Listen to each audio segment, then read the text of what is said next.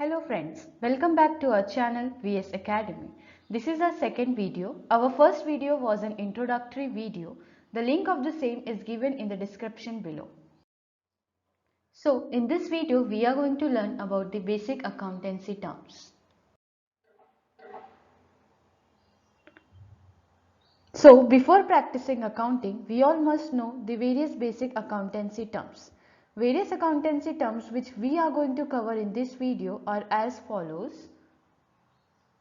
We are going to learn about business and service, bookkeeping, accountancy, accounting and account. What is the importance of accounting? What is accounting year, transaction and its types? What do we mean by goods, stock or inventory? What is advertisement, purchase and purchase return? What is sales, sales return? What is investment and ROI? Also, we are going to learn about who is a proprietor, what is asset, liabilities and their types, who is called as the solvent or insolvent, what do we mean by the bills receivable, bills payable, who is a debtor, creditor, and what is the meaning of bad debts, what is depreciation, appreciation, expenses, revenue, what is the meaning of capital, drawings, profit and loss, and also discount with its types. First of all, we will learn about business and service. Business. A business is defined as an organization or enterprising entity engaged in commercial, industrial or professional activities. The term business also refers to the organized efforts and activities of individuals to produce and sell goods and also sell goods and services for the profit. Business एक ऐसा organisation है जो commercial, industrial या professional activities में involve होता है. Business क्या करता है कि करके वो अपने खुद ही प्रोडक्ट्स बनाता है और मार्केट में बेचता है ताकि वो जिससे प्रॉफिट कमा सके. मेन मकसद बिजनेस का ये होता है प्रॉफिट कमाना. That is the main motive. What is the main motive of the business is to earn the profit. What is service? A service is the action of doing something for someone or something. Services are the non-physical intangible parts of our economy as opposed to goods which we can touch or handle. Services such as banking, educational, medical treatment and transportation make up the majority of the economies of the rich nations. Service is unlike business. Business में products हम बना के बेचते हैं और service एक ऐसी चीज़ है जो हमारी इंटेंजिबल पार्ट है इकोनॉमी की.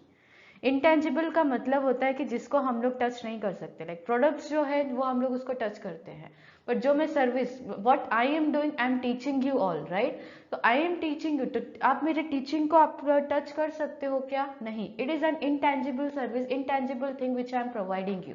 सो यस, टीचिंग एक हम लोगों की सर्विस है. बैंकिंग हो गया, एजुकेशन हो गया, उसमें जो टीचिंग में ही आता है. मेडिकल ट्रीटमेंट, ट्रांसपोर्टेशन, ये सब चीज़ें हमारी किस में आती हैं? सर्विस में आती हैं. Now we will learn about bookkeeping, accounting and account. First of all, let us learn about what is bookkeeping. Bookkeeping is the primary stage, the first stage of accountancy. It involves identifying the transactions, measuring the identified transactions, recording the measured transaction and classifying the recorded transaction. The work is performed by the junior staff.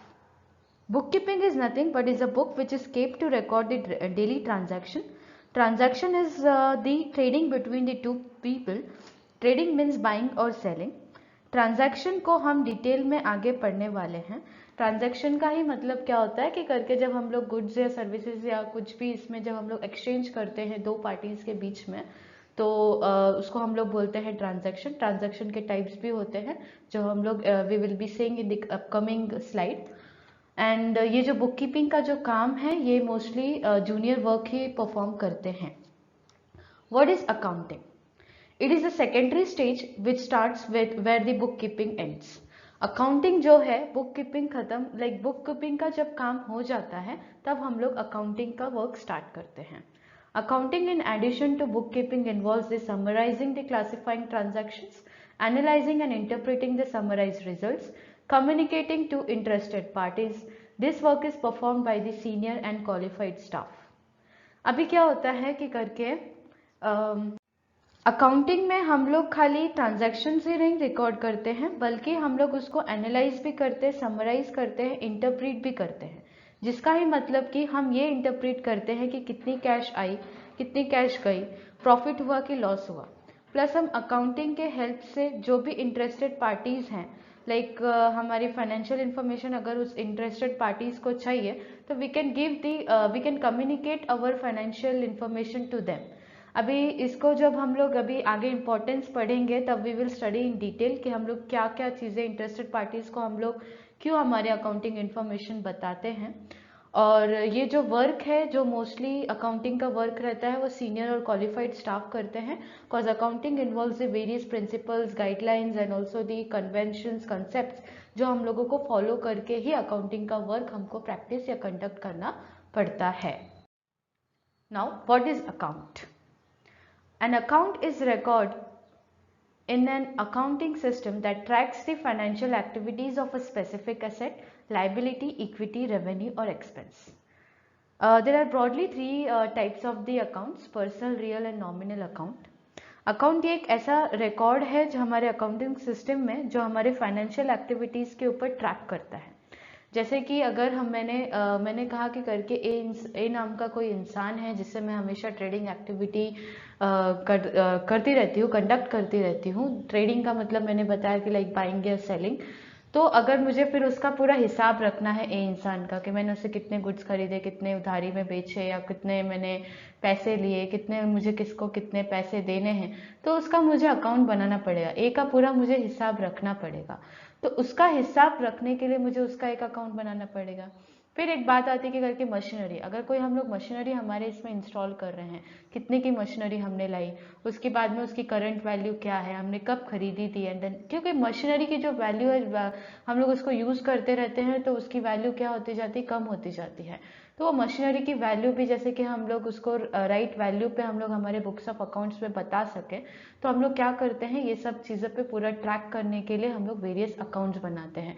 Plus salary का अगर हमको पूरा information record करना है, उसका salary का हिसाब रखना है कि किसको कितनी सैलरी दी, कब दी, किसको देना बाकी है, तो सब चीज़ें हम लोग का क्या करेंगे, हर एक का वेरियस डिफरेंट अकाउंट बनाएंगे जिसपे हम लोग एक राइट ट्रैक रख सकें और राइट ट्रैक रख सकें, हमको प्रॉपरली उसकी इन्फॉर्मेशन अप टू डेटेड हमारे बुक्स ऑफ अकाउंट्स में मेंशन रहे। और रही बात की अकाउंट्स के टाइप्स की, तो we have the three types: personal, real and nominal, जो हम लोग इसको in detail we will be studying when we will be looking in, जब हम लोग अकाउंट्स को पढ़ेंगे, जब हम लोग जर्नल एंट्री सीखेंगे अकाउंट्स और उसके टाइप्स और उसके रूल्स को, तब हम लोग इसको डिटेल में स्टडी करेंगे। Now we will learn about the importance of accounting. Like, why do we practice accounting? First, the very first importance of the accounting is that it facilitates to replace memory, right? अगर हम लोग accounting कर रहे हैं, day to day daily transactions अगर हम लोग record करते जा रहे हैं तो हमको याद रखने की ज़रूरत नहीं है, राइट? और also it is not possible for us to memorise. अब इतने सालों से हमारा बिजनेस चलता रहेगा, हमको याद रहेगा कि 4-5 साल पहले हम लोग का कितना प्रॉफिट या लॉस हुआ था या कितने हम लोगों के ट्रांजैक्शंस हुए थे, नहीं। बट वही अगर हम लोगों ने अकाउंटिंग में रिकॉर्ड कर लिया तो हम लोग को याद रखने की भी जरूरत नहीं है, and we can refer to a books of accounts. The next importance is that it acts as a legal evidence.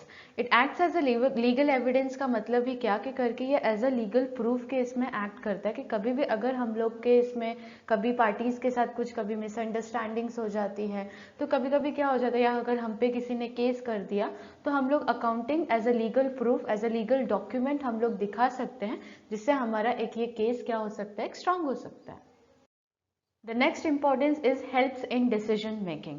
Like अगर जैसे कि डिसीजन मेकिंग मैनेजर्स हैं जो भी अकाउंटिंग का वर्क करते हैं या फाइनेंस मैनेजर है, कुछ भी है, तो लाइक अकाउंटिंग के हमारे पास पूरे हम लोगों के पास इंफॉर्मेशन अवेलेबल रहते हैं।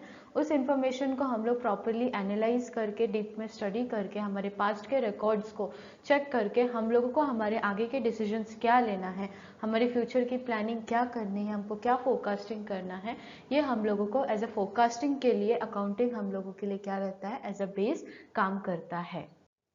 The next is facilitates to ascertain the financial position. Accounting अब क्या करता है कि करके हम लोगों की फाइनेंशियल पोजीशन भी बताता है।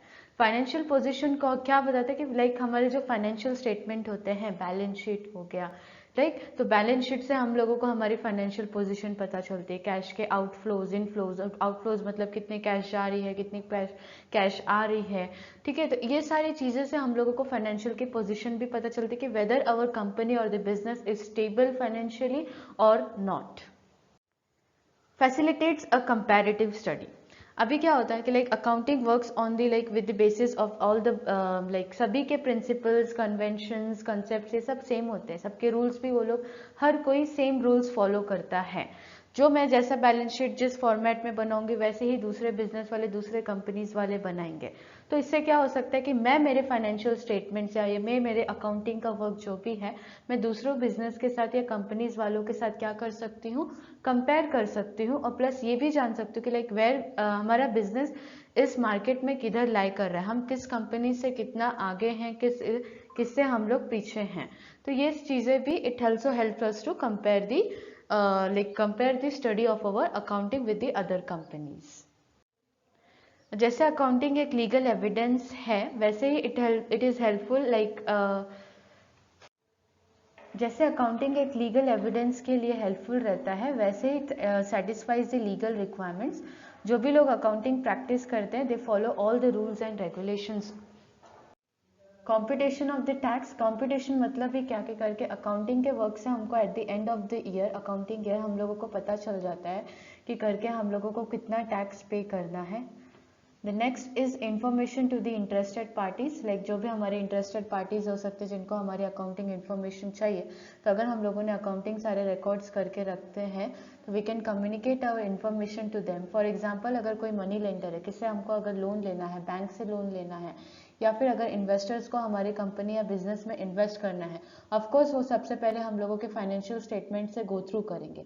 वाई दे गो थ्रू कि लाइक उन लोगों को समझ में आता है कि करके हमारी कंपनी या बिजनेस स्टेबल है या नहीं है, हम ऐसी जगह ही इन्वेस्ट करेंगे या ऐसे ही किसी को लोन देंगे जिनकी फाइनेंशियली वो स्टेबल रह सके, राइट। तो ये सारी डिसीजंस मेकिंग के लिए भी हम लोग क्या कर सकते हैं, हमारे जो भी इंटरेस्टेड पार्टीज हैं उनको हम लोग हमारी इंफॉर्मेशन प्रोवाइड कर सकते हैं। So these were the various importance of the accounting. What is accounting year? An accounting year is a period of time, usually 12 months, during which businesses calculate their accounts and organize their financial activities. The accounting year, also known as the accounting period, occurs usually on any date other than January 1st to December 31st. The accounting year differs depending on the business. For example, a school district will have an accounting year that fits with its national business year. This would be an accounting year starting on the July 1st and ending on June 30th. मतलब accounting year ये usually हमारा 12 months का accounting period रहता है और mostly like अभी it depends from the business to business कि वो कौन से भी अकाउंटिंग ईयर वो अपने हिसाब से, अपने बिजनेस के हिसाब से, बिजनेस के नेचर के हिसाब से वो अपना अकाउंटिंग ईयर चूज कर सकते हैं। यहाँ पे उन्होंने एक स्कूल का एग्जांपल दिया है कि लाइक हमेशा मोस्टली लाइक अगर हम लोगों का स्कूल सपोज जुलाई में स्टार्ट होता है तो उन लोगों के लिए बेस्ट अकाउंटिंग ईयर कौन सा फिट रहेगा, 1 जुलाई से लेके 30 जून तक। तो ये पूरे 1 ईयर का उनका जो भी उनके फीस का जो भी अकाउंटिंग या जो भी उनके फाइनेंशियली उनको जो भी अकाउंटिंग के बारे में उनको इंफॉर्मेशन रिकॉर्ड करनी है, so they can follow this year. And alternatively, retail stores can have their accounting year starting on the February 1st and ending on the 31st January to take into account the end of the year holiday shopping season. For many companies, however, the accounting year does run from the January through like अभी जैसे मैंने कि आगे करके अपना अपना सबका business का रहता है accounting year, they can follow as per their the nature of the business. अगर कोई रिटेल स्टोर्स है तो वो लोग 1 फेब से लेके जनवरी 31st तक फॉलो कर सकते हैं। कोई कंपनीज रहती हैं जो हमारे 1 जन से दिसंबर 31st तक भी फॉलो करती हैं। So while your accounting year is dependent on you, you need to make sure it is consistent and therefore you should choose your accounting year strategically.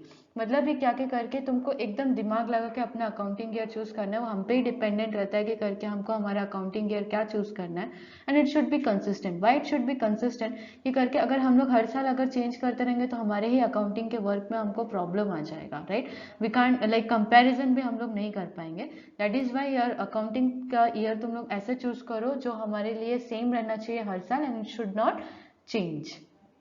Financial accounting year जो रहता है mostly ये 12 month का period, like जो भी अपने companies वगैरह जो रहते हैं, रजिस्टर्ड कंपनीज वगैरह रहते हैं, तो उनके लिए फाइनेंशियल ईयर क्या रहता है, April 1 to March 31। This is the most common, क्योंकि इससे क्या रहता है कि जब टैक्स पीरियड आता है जब हम लोगों का, तो ये एकदम प्रॉपरली उस ईयर में फिट हो जाता है, और जो भी हम लोगों के अदर एक्टिविटीज भी रहते हैं इसके साथ एकदम फॉलो अप हो जाते हैं। तो this is the most common accounting year, the people who the most accounting period, जो लोग ज्यादा से ज्यादा लोग यही फॉलो करते हैं अप्रैल 1 से लेके 31 मार्च तक। What is transaction and its types? Transaction means an exchange of goods or services for money or money's worth between two or more parties. Transaction का मतलब क्या रहता है, जब हम लोग गुड्स और सर्विसेज हम लोग पैसों के लिए, पैसों के टर्म्स में जब हम लोग एक्सचेंज करते हैं उसको हम लोग बोलते हैं ट्रांजैक्शन।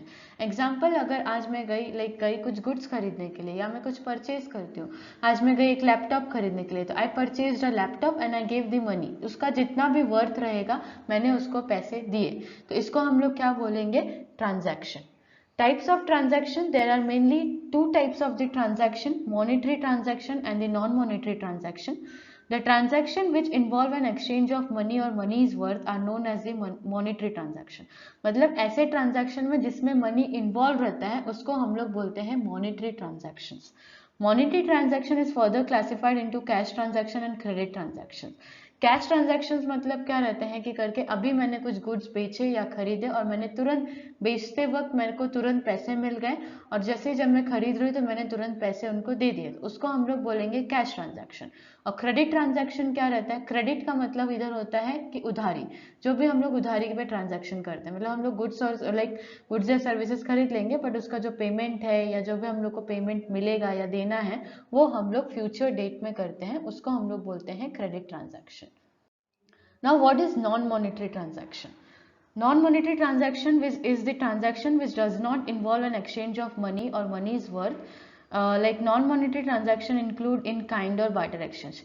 लाइक पहले के ज़माने में क्या होता था कि due to the shortage of the money लोग क्या प्रैक्टिस करते थे, बार्टर एक्सचेंज, मतलब गुड्स के बदले गुड्स, कि लाइक चलो मैं तुमको आज 1 किलो गेहूं देती हूँ, तुम मुझे 1 किलो राइस दो, राइट, चावल दो, तो उसको हम लोग, ये क्या हो गया, बार्टर एक्सचेंज। इसमें कुछ मनी इन्वॉल्व है क्या, नहीं, तो जिस ट्रांजैक्शन में मनी इन्वॉल्व नहीं होता है उसको हम लोग बोलते हैं non monetary transaction. What is goods, advertisement, stock and inventory? Goods. The things, articles or commodities which are bought and sold by business are called goods. कि गुड्स का मतलब है क्या, कि कोई भी चीज या कमोडिटी जो एक बिजनेस खरीदता या बेचता है उसको हम लोग बोलते हैं goods. Advertisement, goods distributed as free sample is treated as the advertisement in accountancy. Like कभी आप लोगों ने देखा होगा, अगर आप पतंजलि का कोई कुछ लेने जाओगे तो कभी कभी वो लोग बीच में अभी क्या करते थे कि करके वो छोटा सा वो 10 या 20 रुपए वाला एलोवेरा जेल या उनका जो भी दंत कांति का जो उनका टूथपेस्ट है वो उसके साथ फ्री दे देते हैं। तो अभी हम लोग फ्री की चीज, अगर हमको कोई चीज मिल रही है हम मना करेंगे क्या, नहीं, हम लेके आएंगे, मस्त उसको यूज करेंगे। तो उन्होंने क्या किया, as a free sample distribute कर दिया, तो वो लोग अपने गुड्स को एज एन एडवर्टाइजमेंट के लिए उसको उन लोगों ने डिस्ट्रीब्यूट फ्री कर दिया। अभी हम लोग उसको घर पे लाने के बाद हम लोग उसको यूज करेंगे, if we like it then हम लोग जाएंगे और उसको मेन इससे खरीद लेंगे। तो इससे क्या होता है कि करके उनके जो प्रोडक्ट्स रहते हैं वो कस्टमर्स उसको यूज करके भी देखते हैं, एंड अगर कस्टमर्स को वो पसंद आ गया तो वो आगे चल के उसको खरीदना भी आगे चल के चालू कर देते हैं। The next concept is about the stock and inventory. Stock items are the goods you sell to the customers. Inventory includes the products you sell as well as the materials and equipment needed to make them. कि stock मतलब है क्या, कि करके जो भी हम लोग goods हम लोग customers को sell करते हैं उसको हम लोग बोलते हैं stock। और इन्वेंट्री में हम लोगों का पूरा चीज आ जाता है कि जो भी प्रोडक्ट्स हमको बेचना है, जो हम लोग के रॉ मटेरियल्स हैं, जो हम लोगों के मटेरियल्स हम लोगों को लगते हैं उस प्रोडक्ट को बनाने के लिए, ये सारी चीजें हम लोगों के इन्वेंट्री में इंक्लूड होती हैं। What is purchase and purchase return, sales and sales return? Purchase and purchase return.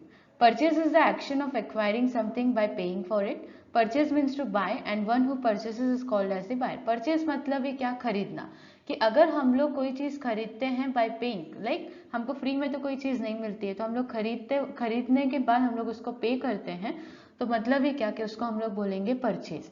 और अगर मैं परचेज कर रही हूँ तो I will be called as the buyer, कि जो लोग या जो पर्सन खरीदता है उसको हम लोग बोलते हैं बायर।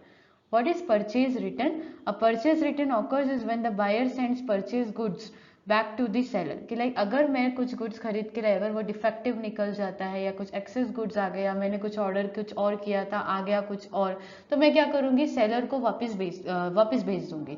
तो वो मेरे लिए क्या हो गया, purchase return.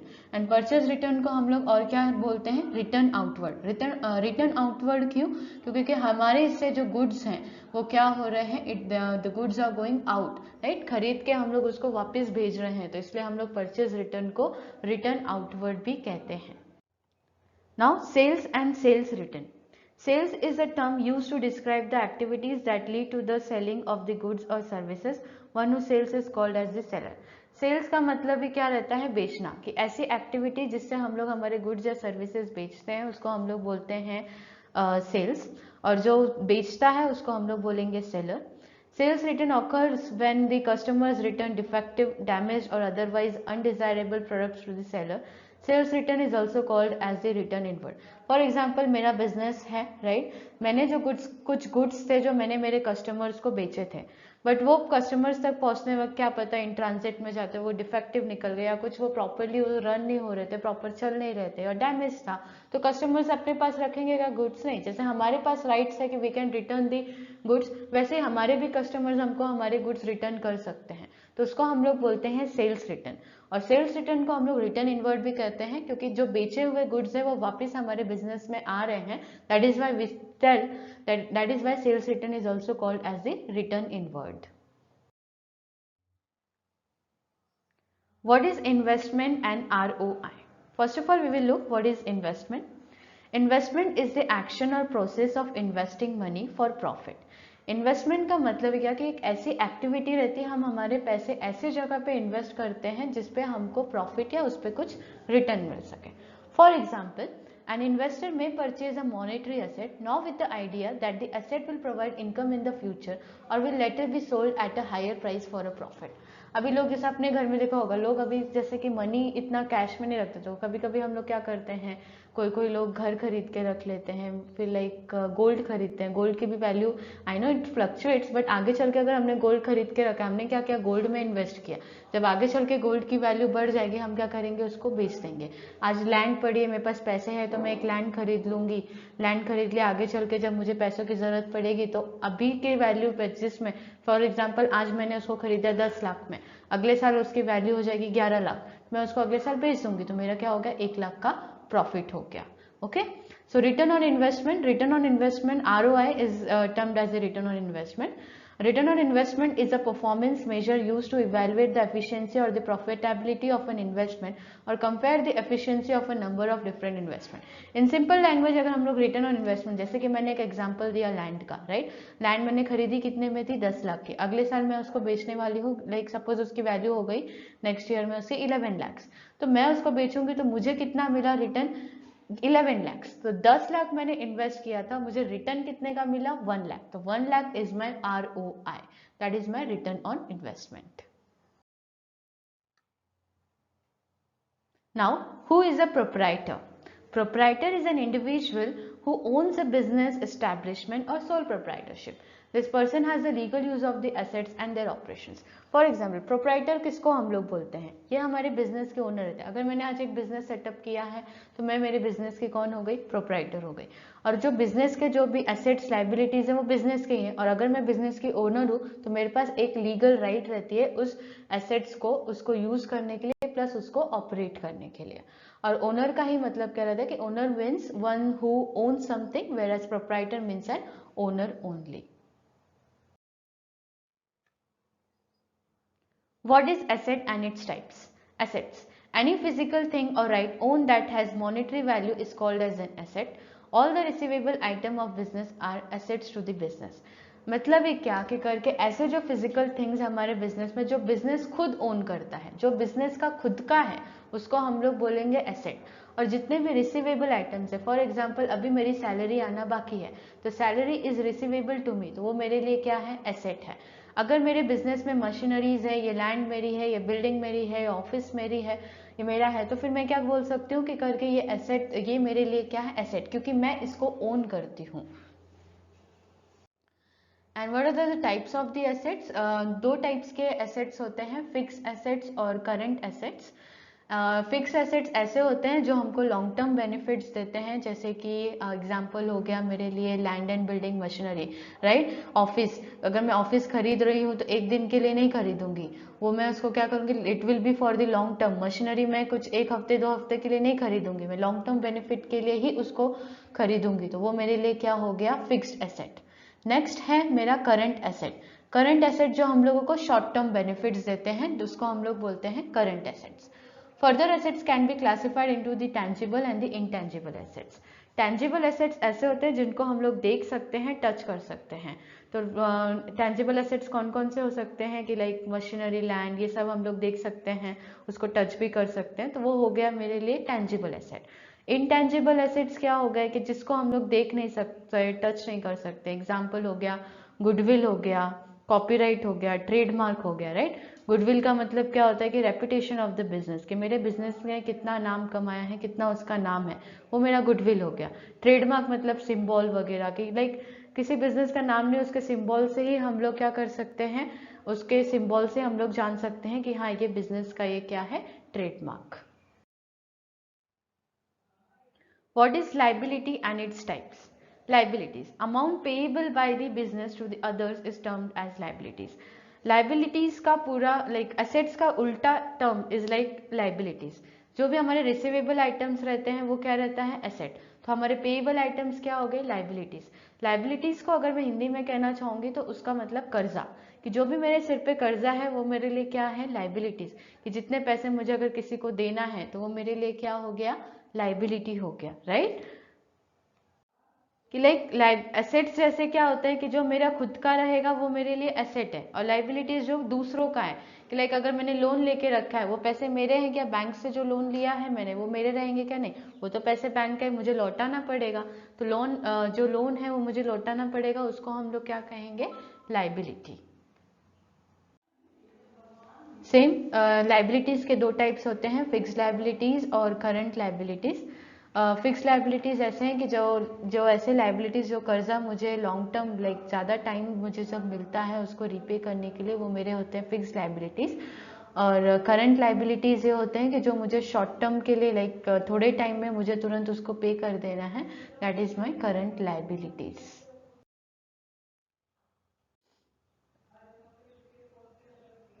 Now, which person is called as the solvent person or the insolvent person?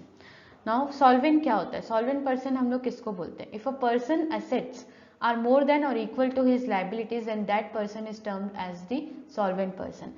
मतलब है क्या कि जिस ऐसे person के जिसके assets उसके लाइबिलिटीज से उससे ज़्यादा है या उसके इक्वल में है, तो उसको हम लोग बोलेंगे सॉल्वेंट पर्सन।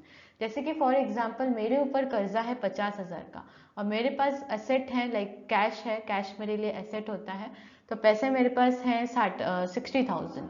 तो I am able, solvent person के पास कैपेबिलिटी रहती है कि वो उसके कर्जे को चुका सके, तो उसको हम लोग बोलेंगे सॉल्वेंट। या फिर ऐसा भी हो सकता है 50 है, 50,000 मेरे पास एसेट भी है, 50 लाइबिलिटीज भी है, तो मेरे पास मैं कैपेबल हूँ क्या मेरे लाइबिलिटीज को पे ऑफ करने के लिए, यस आई एम, तो उसको हम लोग क्या बोलेंगे, solvent.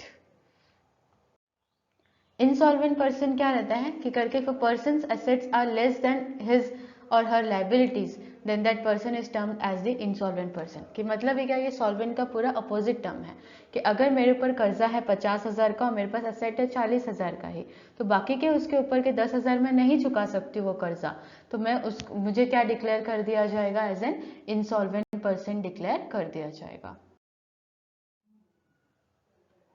What is bills receivable and bills payable? Bills receivable. If a business has provided credit sales or services to anyone, then it will write a bill on the data.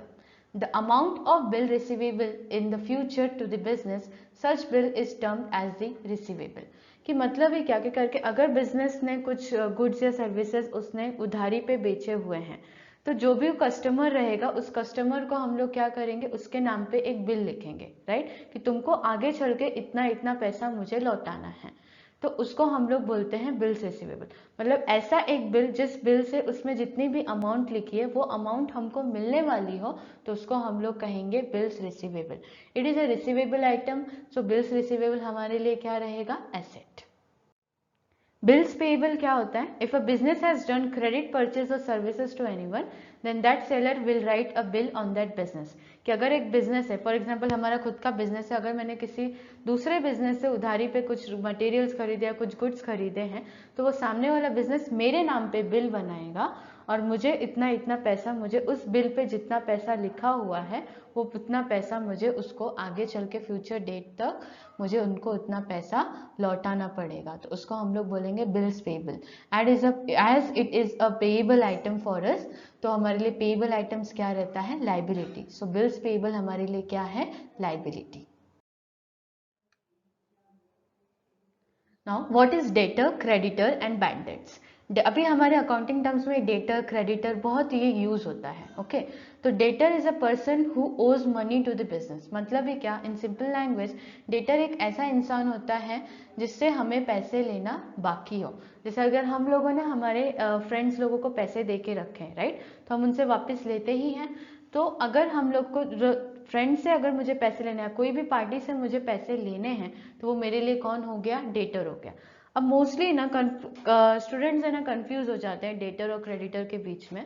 तो I have given you a hint, दे। अगर debtor का मतलब क्या, अगर हमको किसी से पैसे लेना है तो हम उसको क्या बोलेंगे, दे, चल मेरे पैसे वापस कर दे मुझे मेरे पैसे। तो दे का मतलब होता है कि मुझे give the money to me, तो उसका मतलब क्या हो गया, डेटर। तो डेटर का हमेशा याद में रखना, दे वर्ड, दे का मतलब हमें मुझे मेरा पैसे दे। तो डेटर इज अ पर्सन जिससे हमको पैसे लेना है। और क्रेडिटर मतलब उसका उल्टा, कि ऐसा एक पर्सन है जिसको हमें पैसे लौटाना है, वो हो गया creditor. And what is bad debts, bad debts is an irrecoverable amount from a debtor. तो मतलब ये क्या कि करके, अगर फॉर एग्जांपल एक पार्टी था, मैंने उस पार्टी से मुझे कुछ पैसे लेने थे, बट वो पार्टी की ही डेथ हो गई, तो मैं उसको जाके उठा सकती हूँ कि भाई उठ, तो मुझे मेरे पैसे है दे, नहीं। या फिर कोई एक पार्टी है जो इंसॉल्वेंट हो गया, कि उसको मतलब उसके पास कुछ बचा ही नहीं, कंगाल हो गया, वो मुझे पैसे मेरे वापस लौटा नहीं सकेगा, राइट। तो मेरे लिए वो अमाउंट क्या हो जाएगा, इररिकवरेबल डेट, कि वो पैसे मैं रिकवर नहीं कर सकती, तो उसको हम लोग बोलेंगे बैड डेट्स। बैड डेट्स मेरे लिए क्या होता है, लॉस होता है। Now we will see what is depreciation and appreciation. Depreciation. Depreciation is the reduction in the value of assets over time due to use, wear and tear or obsolescence.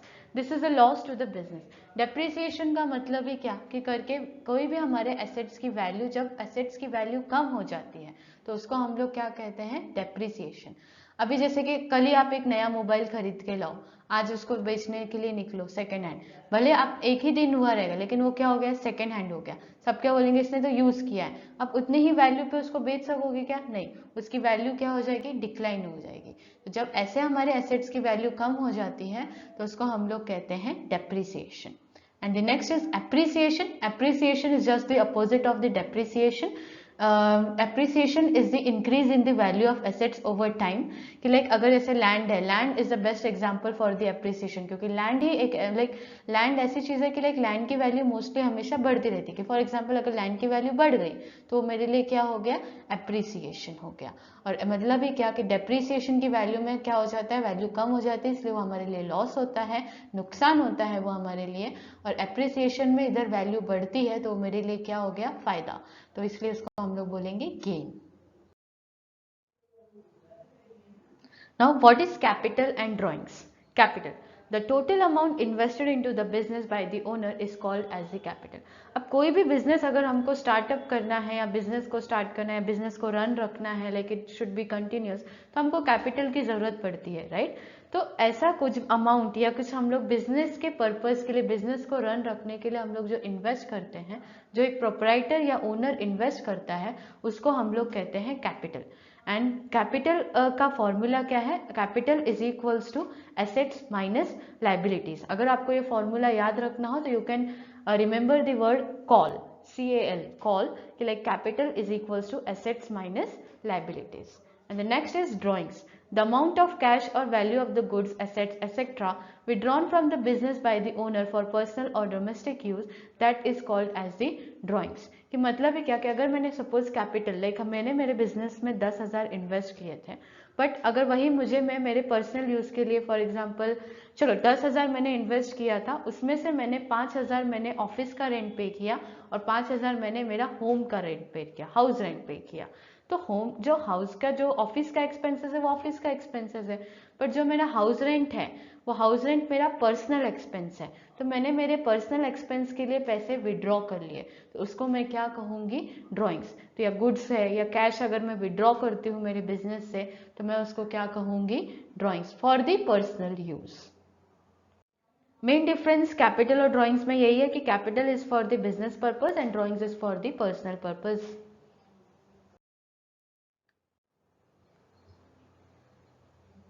What is expenses and revenue? Expenses, an amount spent by the business for any consideration received by business is called as the expenses or expenditure of the business. कि like जो भी है, अगर consideration का मतलब क्या रहता है, समथिंग इन रिटर्न, राइट। कि अगर आप कोई चीज़ खरीदने जा रहे हो, फॉर एग्जाम्पल आपने आपके बिजनेस के लिए कंप्यूटर खरीदना है, पीसीज खरीदने हैं, तो आप खरीदने जाओगे तो उसके बदले में आपको पैसे देना ही पड़ेगा, राइट। तो वो मैं क्या कर रही हूँ, मैं पैसा स्पेंड कर रही हूँ जो भी कंसिडरेशन मुझे मिला है उसके बदले में, तो उसको मैं क्या कहूँगी, expenses. Now, what is revenue? Revenue is the total amount of income generated by the sale of the goods or services. Revenue is also known as the gross sales. कि revenue का मतलब ही क्या करते हैं कि जितने भी मैं goods और services को सेल करने के बाद जितना भी मैं मेरे बिजनेस के लिए इनकम जनरेट करती हूँ उसको मैं कहूँगी रेवेन्यू। रेवेन्यू को हम लोग ग्रॉस सेल्स भी कहते हैं। What is profit and loss? When the selling price of the goods is more than the cost price, it is a profit, right?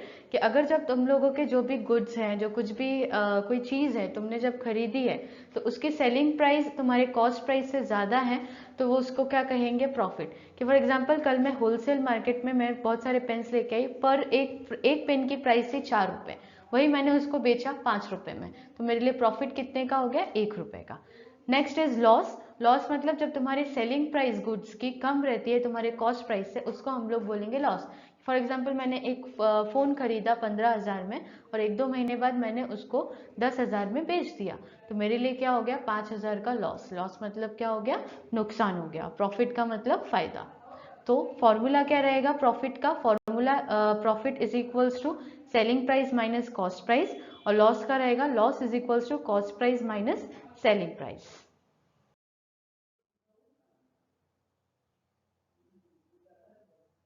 Now we will look what is discount and its types. Discount. Discount is a concession or allowance given by the seller to the buyer. Discount का मतलब ही क्या रहता है कि ऐसा concession जो एक seller अपने बायर को देता है उसको हम लोग बोलते हैं डिस्काउंट। दो टाइप्स के डिस्काउंट रहते हैं, ट्रेड डिस्काउंट और cash discount. Trade discount is an allowance given on the catalogue or the list price of the goods. कि लाइक जो भी हम लोग के लाइक पीछे कभी तुम लोगों ने देखा होगा, तुम्हारी ड्रेस वगैरह कभी खरीद के लाते हो उस पर देखो कैटलॉग लगा हुआ रहता है, तो उस पर जो डिस्काउंट हमको मिलता है वो हमारे लिए रहता है trade discount. And cash discount is the discount given on the goods for encouraging prompt payment. ये मोस्टली हम लोग के कैश ट्रांजैक्शन में कैश डिस्काउंट दिया जाता है कि ताकि जो भी हमारे कस्टमर्स है वो हमको तुरंत पैसे दे दे। कभी कभी देखो जैसे 500 की कोई गुड्स है, चलो अगर आप अभी तुरंत ले रहे हो तो मैं आपको क्या करता हूँ 400 रुपये में दे देता हूँ, तो 100 रुपये का मैंने उसको क्या दे दिया, कैश डिस्काउंट दे दिया। और trade discount is never recorded in the books of accounts. Trade discount हम लोग हमारे बुक्स ऑफ अकाउंट्स में कभी रिकॉर्ड नहीं करते। यस, उसका कैलकुलेशन होता है पर हम लोग उसको रिकॉर्ड नहीं करते हैं। वही कैश डिस्काउंट हम लोग हमेशा शो करते हैं हमारे बुक्स ऑफ अकाउंट्स में। अगर हम लोग के कोई ऐसे लाइक जब भी ट्रांजैक्शंस वगैरह दिया है अकाउंटिंग में, अगर मुझे ट्रेड डिस्काउंट और कैश डिस्काउंट दोनों दिया है तो हम लोग क्या करेंगे, पहले हम लोग ट्रेड डिस्काउंट कैलकुलेट करेंगे और फिर कैश डिस्काउंट कैलकुलेट करेंगे। इसलिए trade discount is calculated before cash discount and cash discount is calculated after trade discount. So speaking about the next video we are going to come up on the topic what is GAAP, basic principles of accounting, accounting concepts and conventions and also the process of accounting। ये हमारे 4 main topics हैं accounting के जो हम लोग हमारे next video में देखेंगे। And also so do like, share and subscribe to our channel And to never miss the video from the VS Academy, hit the bell icon.